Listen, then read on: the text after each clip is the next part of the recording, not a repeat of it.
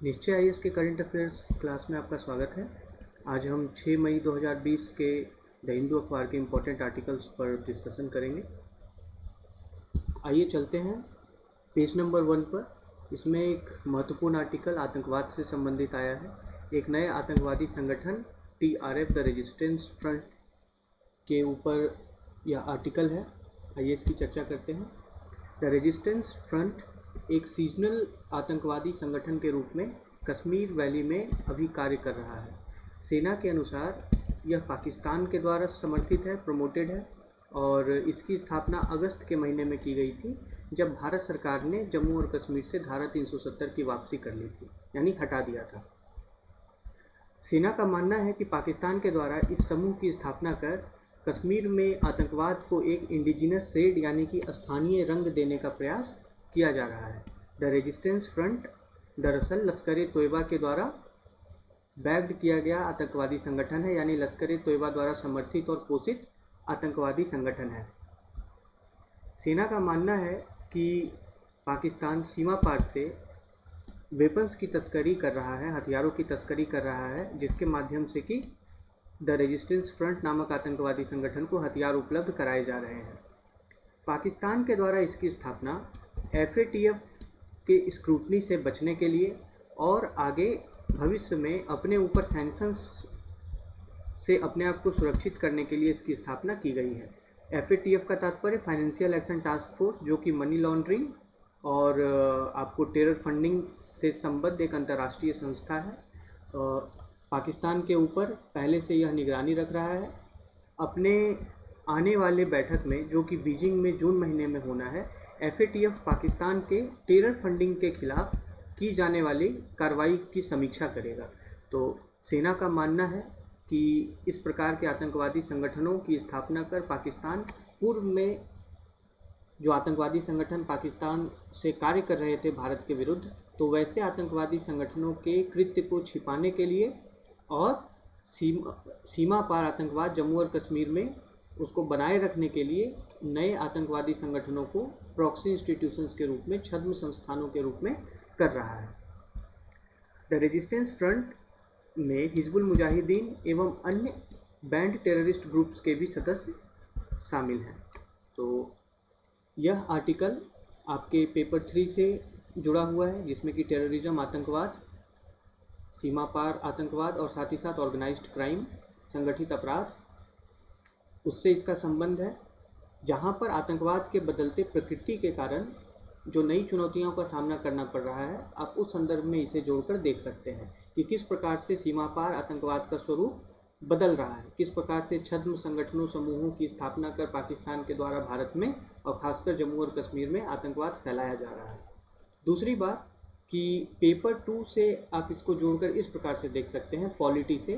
धारा 370 जब पिछले साल अगस्त के महीने में जम्मू और कश्मीर से हटा लिया गया, तो उसके बाद वहाँ पर जो उत्पन्न स्थिति हुई, कानून व्यवस्था की स्थिति हुई और वहाँ पर जो आतंकवाद की स्थिति हुई, आप उससे जोड़कर देख सकते हैं कि धारा 370 को हटाए जाने का जो लेजिस्लेटिव डिसीजन भारत सरकार का था, वहाँ पर इस फैसले के बाद क्या प्रभाव पड़ा।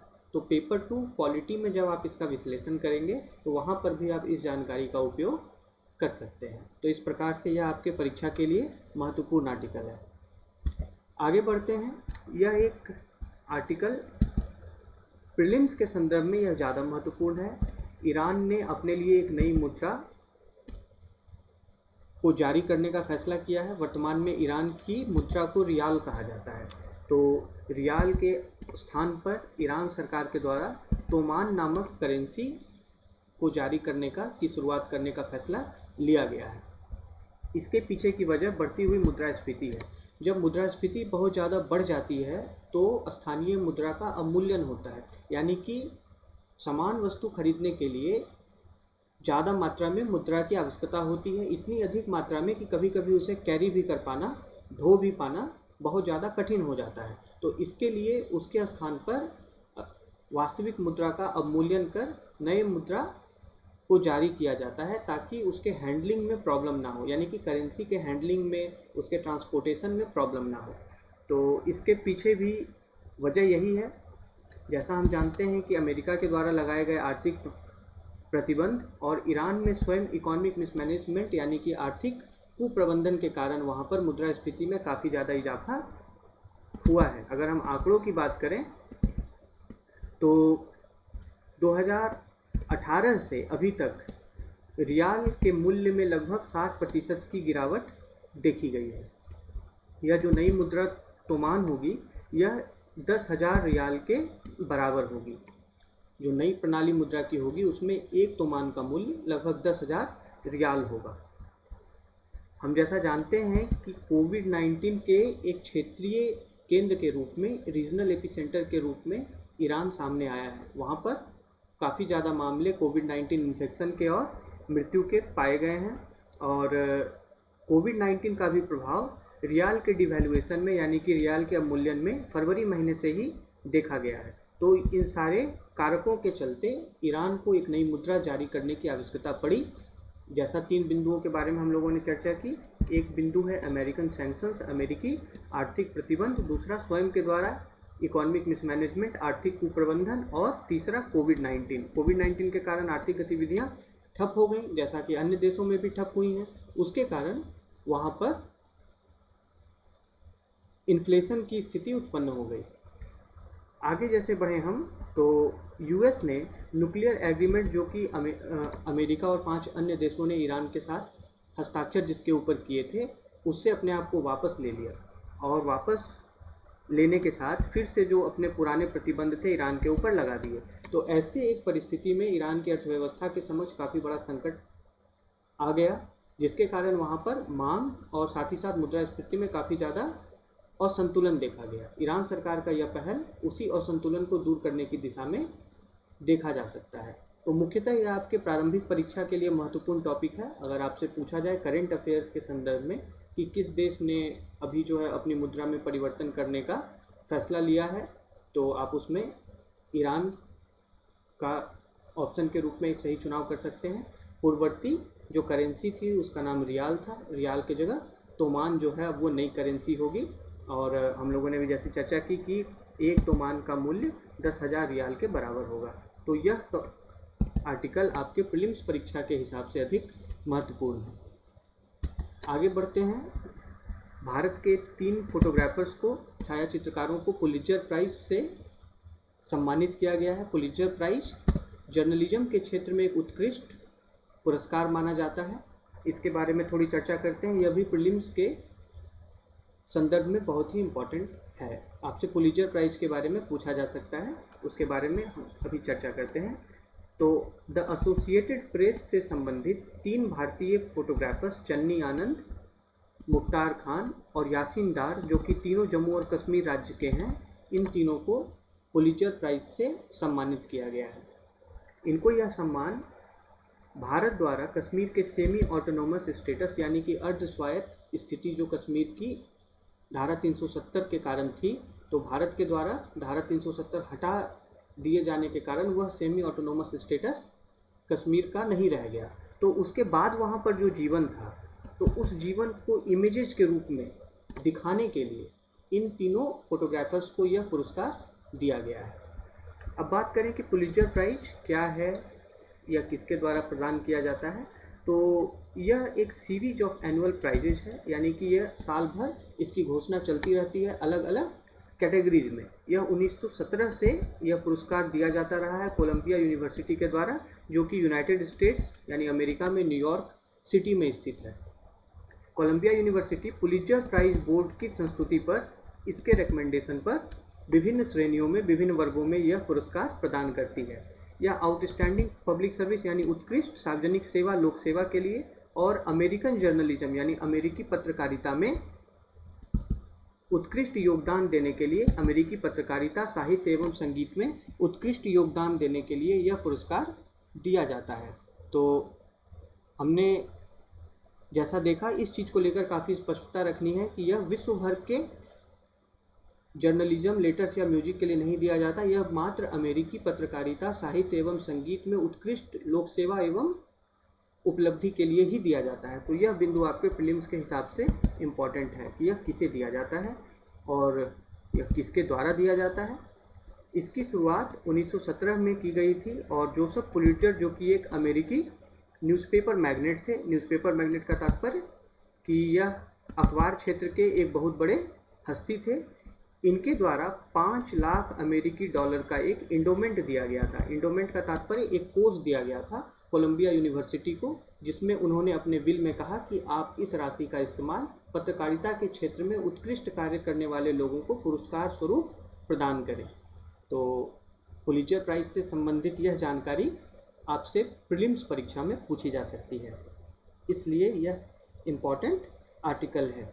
इसमें अलग अलग श्रेणियों में जो पुरस्कार दिए जाते हैं उनको भी जान लेना जरूरी है।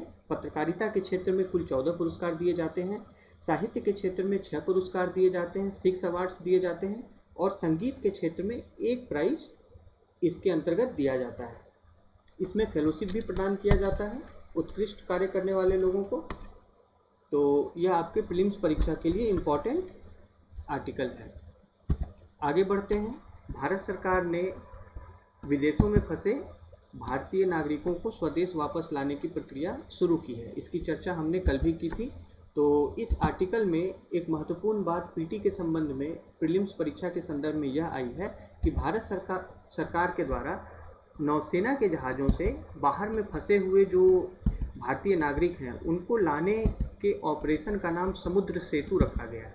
तो यह समुद्र सेतु जो ऑपरेशन है, यह इंडियन नेवल शिप्स का इस्तेमाल कर विदेशों में फंसे भारतीय नागरिकों को स्वदेश वापस लाने का ऑपरेशन का नाम है। यह आपसे प्रीलिम्स परीक्षा में पूछा जा सकता है कि इंडियन नेवल शिप्स के द्वारा स्ट्रैंडेड सिटीजन्स को, फंसे हुए नागरिकों को रिपैट्रिएट यानी वापस स्वदेश लाने के ऑपरेशन का नाम क्या था। तो वो समुद्र सेतु इसका नाम है, इसलिए यह आपके प्रीलिम्स परीक्षा के हिसाब से यह महत्वपूर्ण है। आगे बढ़ते हैं अगले आर्टिकल पर। यह महत्वपूर्ण आर्टिकल वर्चुअल जुडिशियरी के यानी कि वर्चुअल न्यायपालिका, डिजिटल न्यायपालिका के संदर्भ में एक बहुत ही आर्गुमेंटेटिव आर्टिकल है। यह आपके मेंस के लिए, पेपर 2 के लिए बहुत ज़्यादा इम्पॉर्टेंट है। इस आर्टिकल में कहा गया है कि अभी का वर्तमान समय एक्सेप्शनल है, यानी यह असामान्य समय है, बहुत ही अभूतपूर्व समय है, जिसमें कि सारी आर्थिक गतिविधियां बंद हैं, सरकारी कामकाज भी अपने फुल स्केल पर ऑपरेट नहीं कर रहे हैं, और जहां पर कि वर्क फ्रॉम होम यानी घर से काम करने का जो कंसेप्ट है यह एक न्यू नॉर्मल बन गया है, सामान्य बात, आम बात बन गई है। ऐसी परिस्थिति में न्यायपालिका भी तकनीक का इस्तेमाल कर मामलों के यानी कि कोर्ट में जो केस आते हैं, केसेस के स्पीडी डिस्पोजल यानी कि त्वरित निष्पादन को सुनिश्चित कर सकता है तकनीक का इस्तेमाल कर। जो अभी न्यायपालिका के समक्ष भारत में हर्डल्स हैं उसके बारे में इस आर्टिकल में बिंदुवार चर्चा की गई है। इंपॉर्टेंट कुछ बातें इसमें बताई गई हैं। सबसे पहला कि हाई पेंडेंसी ऑफ केसेस है। भारत के विभिन्न न्यायालयों में जो मामले हैं, जो लंबित मामले हैं, उनकी संख्या काफ़ी अधिक है। दूसरी महत्वपूर्ण बात इसमें बताई गई है कि जो वर्तमान में जुडिशियल इंफ्रास्ट्रक्चर है, यानी कि जो न्यायपालिका का जो आधारभूत जो ढांचा है, इंफ्रास्ट्रक्चर है, कैपेसिटी है, उसकी जो क्षमता है वह ग्रॉसली अंडर यूटिलाइज्ड है, मतलब उसका पूर्ण रूप से उपयोग नहीं किया जा रहा है, उसकी क्षमता का पूर्ण दोहन नहीं किया जा रहा है, अंडर यूटिलाइजेशन है। तीसरी बात बताई गई है कि अपनी दक्षता और प्रदर्शन के लिए जजेस अकाउंटेबल नहीं है, यानी कोई जवाबदेहिता उनकी तय करने की व्यवस्था नहीं है। एफिशिएंसी और परफॉर्मेंस को मापने की व्यवस्था वर्तमान में नहीं है कि हम किस प्रकार से जजेस के एफिशिएंसी को, उनके दक्षता को, उनके कार्य को और उनके प्रदर्शन को मापें। तो इस प्रकार से जो अभी वर्तमान में जज हैं वो इन पैरामीटर्स को लेकर अकाउंटेबल नहीं है। एक इसमें बहुत ही सामान्य सी बात बताई गई है कि कानूनी कॉस्ट का यानी लीगल कॉस्ट के बहुत ही अधिक होने के कारण और कानूनी प्रक्रिया के बहुत जटिल होने के कारण न्यायालयों तक पहुंच जो है वो अनएफोर्डेबल हो गया है, यानी कि सामान्य लोगों के आर्थिक पहुंच से बाहर हो गया है। काफ़ी ज़्यादा कीमत मूल्य चुकानी पड़ती है क्योंकि कानूनी प्रक्रियाओं की जटिलता और उनमें लगने वाला जो कॉस्ट है वो काफ़ी ज़्यादा होता है। अगली जो इसमें चुनौती बताई गई है न्यायपालिका से जुड़ी हुई वो फ्रीक्वेंट एडजर्नमेंट है, यानी कि मामलों को कई बार लंबित कर दिया जाता है विभिन्न कारणों के चलते, जिसके कारण कि इन मामलों का निष्पादन डिले हो जाता है, विलंबित हो जाता है। तो इन हर्डल्स की चर्चा इस आर्टिकल में की गई है। वर्चुअल जुडिशियरी क्यों होनी चाहिए, खासकर अभी के समय में, और किस प्रकार से होनी चाहिए, इस आर्टिकल में लेखक के द्वारा कुछ बिंदुओं को रखा गया है। आइए उसे समझने का प्रयास करते हैं। इसमें यह बताया गया है कि जो भी दलीलें हैं या पेपर्स हैं उसे मेल के द्वारा, ईमेल के माध्यम से जज को भेजा जा सकता है और जज फिर उसके ऊपर फैसला कर सकते हैं और जो भी उसमें जानकारी और क्लैरिफिकेशन उन्हें चाहिए वह ईमेल के माध्यम से प्राप्त कर सकते हैं। इसका यह तात्पर्य है कि कोर्ट में जाकर इन कार्यों को करने के बजाय एक वैकल्पिक व्यवस्था मेल के माध्यम से भी की जा सकती है और उन सभी कार्यों को सुनिश्चित किया जा सकता है। उसके बाद जज के द्वारा एक ड्राफ्ट ऑर्डर पास किया जा सकता है जिससे कि सभी पार्टी से, जो भी उसमें संबद्ध पक्ष हैं, सबसे कमेंट, उनकी टिप्पणियां मांगी जा सकती हैं ताकि अगर कोई त्रुटि उन पक्षों के हिसाब से ड्राफ्ट ऑर्डर में हो, ड्राफ्ट फैसले या ड्राफ्ट निर्णय में हो, तो वह तत्काल ही जज को इसके बारे में अपना जो है अभिप्राय वो बता दें और उसके बाद फिर जज उनके कमेंट्स को ध्यान में रखते हुए अपना फाइनल ऑर्डर पास कर सकता है। अब इसमें देखें कि इस प्रक्रिया से क्या होगा कि जो क्वालिटी ऑफ जजमेंट है, जो न्याय की गुणवत्ता है, जो निर्णय की गुणवत्ता है, उसमें वृद्धि होगी, क्योंकि यहाँ पर ऑब्वियसली जो भी त्रुटियां या जो भी मतलब एक सामान्य ह्यूमन एरर होता है, तो वो जब विभिन्न पक्षों के पास टिप्पणी के लिए ड्राफ्ट ऑर्डर जाएगा तो उस स्तर पर उन खामियों को, उन गलतियों को दूर किया जा सकेगा और इन एरर्स के एलिमिनेट हो जाने के कारण क्वालिटी ऑफ जजमेंट जो है, यानी कि न्याय की गुणवत्ता, फैसले की गुणवत्ता बढ़ जाएगी। तो इसमें एक आर्गुमेंट एक तरीके से तो ये दिया गया है कि जो काम आप फिजिकल कोर्ट में जाके कर सकते हैं वह काम आप ऑनलाइन भी मेल के माध्यम से विभिन्न पक्षों से जुड़कर कर सकते हैं। इसका लाभ जो बताया गया है और एक प्रकार से आर्गुमेंट दिया गया है एक वर्चुअल जुडिशियरी के पक्ष में, उसको समझ लें कि इससे लागत में बहुत ज़्यादा बचत होगा। यानी कि कानूनी प्रक्रिया में, कानूनी ढांचे को स्थापित करने में जो लागत लगता है, तो उस सेविंग में सब्सटेंशियल रिडक्शन यानी सब्सटेंशियल कमी आएगी और इसका एक सीधा फायदा स्पीडी डिस्पोजल ऑफ केसेस के रूप में हो सकेगा, यानी कि मामलों का त्वरित इससे निष्पादन किया जा सकेगा। इससे वकीलों की भी उत्पादकता बढ़ सकती है, लॉयर्स की प्रोडक्टिविटी इससे बढ़ सकती है। वह किस प्रकार से, तो उन्हें न्यायालय के चक्कर नहीं लगाना पड़ेगा और जो लॉन्ग वेटिंग आवर्स होते हैं उन्हें कई घंटों तक न्यायालयों में प्रतीक्षा करनी पड़ती है अपने बारी की और डेट की, तो वो उससे बच जाएंगे और जिसके कारण कि उनकी उत्पादकता बढ़ जाएगी, उनकी प्रोडक्टिविटी बढ़ जाएगी। खासकर टैक्सेशन और कंपनी के मामलों में जहां पर कि कोर्ट के ज्योग्राफिकल जुरिस्डिक्शन यानी कि उनका जो भौगोलिक जो अधिकार क्षेत्र होता है वह मैटर नहीं करता, क्योंकि टैक्सेशन के मैटर्स जो है वो अलग अलग ज्योग्राफीज में स्थित होते हैं, अलग अलग राज्यों में स्थित हो सकते हैं। तो वैसे में खासकर वर्चुअल जुडिशियरी की भूमिका और महत्वपूर्ण हो सकती है, जिससे कि केसेस का निष्पादन और आसान हो सकता है। इससे मैन पावर का यूटिलाइजेशन और बेहतर हो सकेगा और इंफ्रास्ट्रक्चर, जो आधारभूत ढांचा संरचना, कानूनी जो इंफ्रास्ट्रक्चर है, इससे उसका और अधिक इस्तेमाल बेहतर तरीके से हो पाएगा। एक इसमें महत्वपूर्ण बात भ्रष्टाचार से भी जोड़कर बताई गई है कि वकीलों और जजेस के बीच में फैमिलियरिटी यानी पहचान नहीं होने के कारण जो मेल प्रैक्टिसेस हैं, यानी जो भ्रष्टाचार के कई स्वरूप हैं, वो भी सीमित किए जा सकेंगे। तो एक प्रकार से इससे भ्रष्टाचार भी कम होगा। तो आप इस आर्टिकल के कंटेंट का इस्तेमाल पेपर 2 में पॉलिटी में कर सकते हैं, जिसमें कि न्यायपालिका के स्वरूप, क्योंकि यहाँ पर वर्चुअल जुडिशियरी की बात की जा रही है, फिजिकल जुडिशियरी के एक सप्लीमेंट के रूप में, तो वहाँ पर आप इसका उपयोग कर सकते हैं। साथ ही जुडिशियरी के समक्ष जो चुनौतियाँ हैं उनको किस तरीके से समाधान किया जा सकता है, उसके भी पक्ष में आप यहाँ पर से बिंदु को अपने उत्तर में शामिल कर सकते हैं। जुडिशियल एफिशिएंसी को किस प्रकार बढ़ाया जाए और उसके संबंध में आप किस तरीके से एक जो है वर्चुअल जुडिशियरी डिजाइन कर सकते हैं, उसके बारे में भी यहाँ पर आपको महत्वपूर्ण बिंदु दिए गए हैं।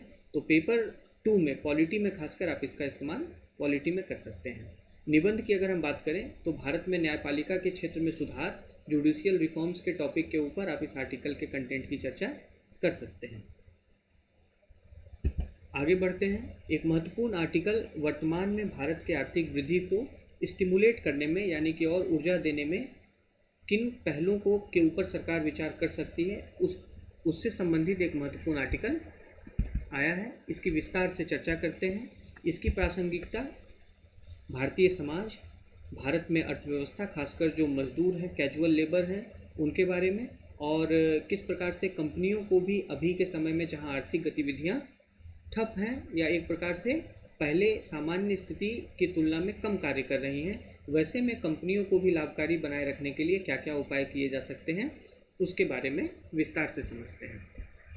अभी वर्तमान के समय में सबसे ज़्यादा सुभेद जो वर्ग है वह प्रवासी मजदूरों का है, क्योंकि वो अपने घर से बाहर होते हैं। सोशल सिक्योरिटी नेट से, जो सामाजिक सुरक्षा का एक जो व्यवस्था होती है सरकार के द्वारा, उससे वो बाहर होते हैं, जिसके कारण उनकी सुभेदता बढ़ जाती है। आंकड़ों की बात करें तो भारत के कुल वर्कफोर्स का जो आकार है वो 471.5 मिलियन है। तात्पर्य 47.15 करोड़ इंडिया का टोटल वर्कफोर्स है, कार्यबल है, जिसमें से केवल 12.3% जो हैं वो रेगुलर वर्कर्स हैं, जो किसी प्रकार का सोशल सिक्योरिटी जिन्हें प्राप्त है। तो बाकी आप देख लें कि लगभग 88% ऐसे कामगार हैं, ऐसे मजदूर हैं जो कि रेगुलर फॉर्मल एम्प्लॉयमेंट से बाहर हैं, यानी कि औपचारिक अर्थव्यवस्था से वो बाहर हैं, उन्हें किसी प्रकार का सामाजिक सुरक्षा का लाभ जो है वो प्राप्त नहीं होता। तो जैसा इस आर्टिकल में भी बताया गया है कि इनफॉर्मल वर्कर्स का एक बहुत बड़ा मेजॉरिटी ऐसा तबका है जो कि कैजुअल वर्कर्स के वर्ग की श्रेणी से संबंध रखता है, यानी कि vast majority of informal workers जो हैं काफ़ी ज़्यादा संख्या में कैजुअल वर्कर्स हैं। कैजुअल वर्कर्स का तात्पर्य जो कि रेगुलर नहीं है, किसी कंपनी के पेरोल पर वो नहीं है, और ना ही उन्हें कोई तय लाभ दिया जाता है, सोशल सिक्योरिटी बेनिफिट्स उन्हें नहीं दिया जाता।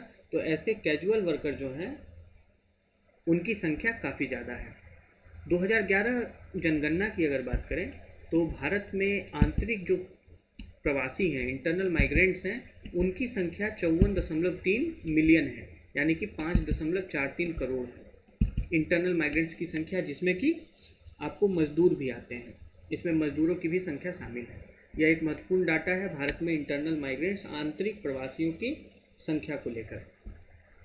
अब हम यह समझने का प्रयास करते हैं कि शहरी क्षेत्रों में माइग्रेशन या प्रवासन क्यों होता है, मजदूरों को ग्रामीण क्षेत्र से शहरी क्षेत्र में माइग्रेट क्यों करना पड़ता है। तो इस आर्टिकल में जो बिंदुवार कुछ इंपॉर्टेंट पॉइंट्स बताए गए हैं उसको देखते हैं।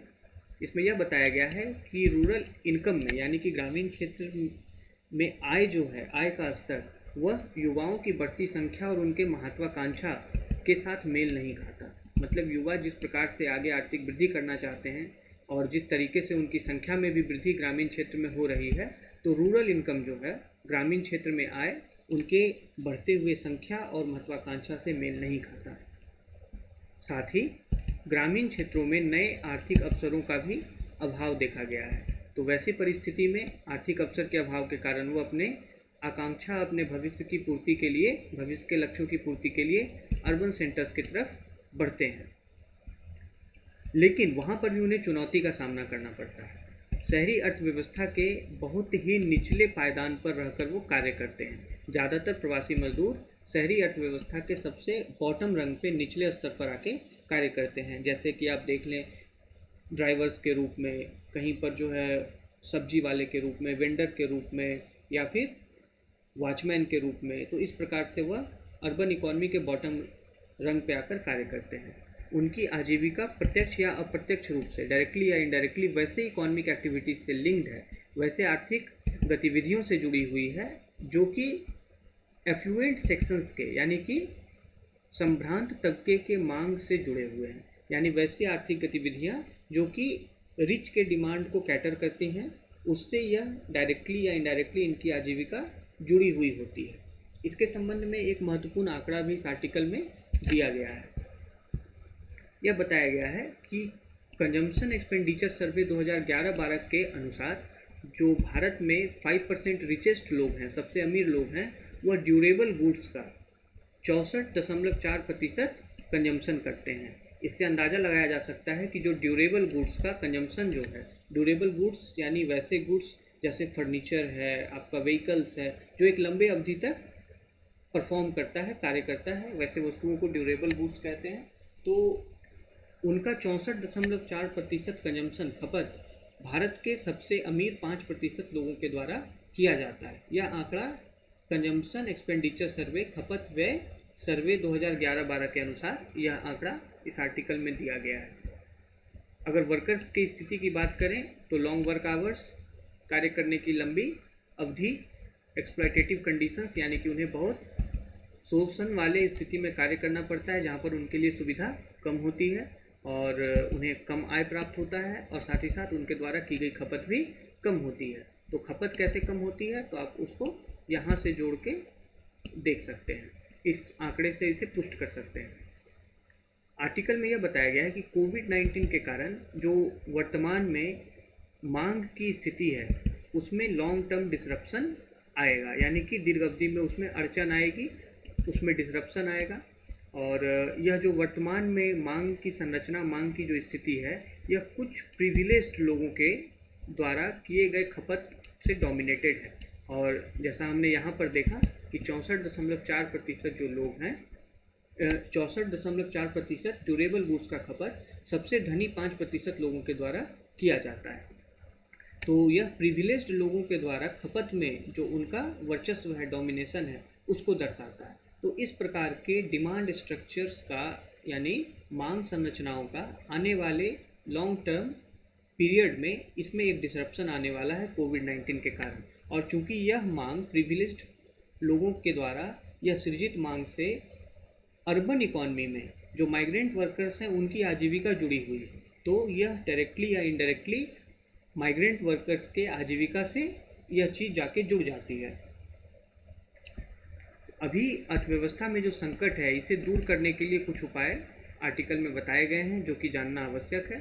सबसे पहली बात कि मांग के स्रोतों का विस्तार किया जाए, वाइडनिंग सोर्सेस ऑफ डिमांड, यानी कि अभी जैसा हमने देखा कि मात्र 5% लोग 64% के आसपास ड्यूरेबल गुड्स का कंजम्पशन करते हैं। यानी अगर हम इसे 5% से बढ़ाकर अर्थव्यवस्था के और लोगों में वैसे गुड्स, ड्यूरेबल गुड्स के डिमांड को हम बढ़ावा दें, वाइडेन करें, उसका हम विस्तार करें, तो अर्थव्यवस्था में मांग बढ़ेगी। और जब मांग बढ़ेगा तो उत्पादन स्वतः बढ़ेगा। उत्पादन बढ़ने से वेजेज में भी बढ़ोतरी होगी, यानी वेतन में भी बढ़ोतरी होगी। और इनफॉर्मल सेक्टर्स में जो माइग्रेंट वर्कर्स हैं उन्हें भी इसका लाभ वैसे वेतन वृद्धि से होगा। गरीबों के लिए भी खपत एवं निवेश में सरकार जो है उसे भी बढ़ाने के बारे में विचार कर सकती है। जैसा इस आर्टिकल में बताया गया है कि खाद्य प्रसंस्करण उद्योग लगाकर, फूड प्रोसेसिंग इंडस्ट्रीज लगाकर, या फिर आपको ग्रामीण क्षेत्र में अफोर्डेबल हाउसिंग जैसे प्रोजेक्ट्स को लॉन्च करके। तो अगर ग्रामीण क्षेत्र में सरकार इस प्रकार के पहल करती है तो इसका निवेश के ऊपर और अन्य क्षेत्रों में मल्टीप्लायर इफेक्ट होता है। मल्टीप्लायर इफेक्ट का तात्पर्य किसी एक पहल का अलग अलग क्षेत्रों में एक साथ प्रभाव, सकारात्मक प्रभाव, उसे हम मल्टीप्लायर इफेक्ट बोलते हैं। तो अगर जैसे देख लें कि फूड प्रोसेसिंग में, खाद्य प्रसंस्करण में सरकार निवेश करती है तो स्थानीय लोगों को रोजगार मिलता है। दूसरा कि किसानों की आय में वृद्धि होती है, न्यूट्रिशन लेवल्स में यानी पोषण के स्तर में वृद्धि होती है। इस प्रकार से मल्टीप्लायर इफेक्ट उसका होता है। वैसे ही अफोर्डेबल हाउसिंग अगर प्रोजेक्ट्स को काफ़ी ज़्यादा संख्या में बढ़ावा दिया जाए ग्रामीण क्षेत्रों में तो उससे भी हाउसिंग यूनिट का कंजम्पशन और आगे जो है निवेश ग्रामीण क्षेत्र में बढ़ेगा। तो इस तरीके से अर्थव्यवस्था के संकट को दूर करने के लिए कुछ सुझाव इस आर्टिकल में बताए गए हैं। आगे यह भी कहा गया है कि कंपनियों के द्वारा वर्कर्स के वेजेज को, उनके वेतन को बढ़ाया जाए जिससे कि मार्केट का साइज इनलार्ज हो जाएगा। जब आप इतने बड़े संख्या में कामगारों के वेजेज को, वेतन को बढ़ाते हैं तो उसमें मांग में वृद्धि होती है और मांग में वृद्धि होने के कारण जो बाजार का आकार है वो बढ़ता है। इसमें अंत में एक सुझाव दिया गया है कि जो सरकारी व्यय है, खासकर आधारभूत संरचना और ढांचा के विकास में और नवाचार के क्षेत्र में, तो गवर्नमेंट स्पेंडिंग में बढ़ावा दिया जाए, सरकार के द्वारा अधिक व्यय किया जाए। इससे क्या होगा कि जो कामगार हैं उनके कौशल में वृद्धि होगी, उनके आय एवं परचेजिंग पावर में यानी कि क्रय शक्ति में भी वृद्धि होगी। तो सरकार के द्वारा अगर स्पेंडिंग किया जाता है जैसे वेलफेयर प्रोग्राम्स में या फिर आपको इंफ्रास्ट्रक्चर के प्रोग्राम्स में, इनोवेशन में, नवाचार में, तो इन क्षेत्रों में निवेश के कारण जो कामगार हैं उनकी कौशल क्षमता, उनके आय और उनके क्रय शक्ति में वृद्धि होगी। इसमें निष्कर्ष के तौर पर एक महत्वपूर्ण बात बताई गई है कि भारत में यंग लोगों की यानी युवाओं की बढ़ती संख्या मांग के एक पोटेंशियल सोर्स के रूप में काफ़ी प्रमुख योगदान आने वाले दशकों में दे सकती है।